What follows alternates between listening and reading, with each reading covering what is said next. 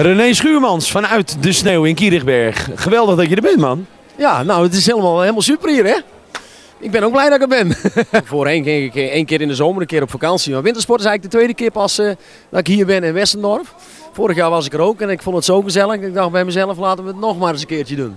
Je hebt net je voorlaatste single gedaan. Laat de zon in je hart. Je gaat zo direct ook de nieuwe single doen. Ja. En ja, natuurlijk, die moeten we natuurlijk nog een klein beetje gaan promoten. Maar hij heeft het al heel goed gedaan, moet ik zeggen. Hij stond bij heel veel stations op nummer 1. En nee, ik ben er heel blij mee. En ik hoop dat dadelijk iedereen uit zijn plaat gaat. Hoe vind je de respons van de kijkers van TV Oranje? Ja, heel goed, heel goed. Je merkt het gewoon. Hè. Ja, je wordt heel vaak herkend op straat. En dat ligt natuurlijk ook aan TV Oranje. Die helpt er ook aan mee. Nou ja, ik zou zeggen, kom volgend jaar ook deze kant op. Want het is hier helemaal super.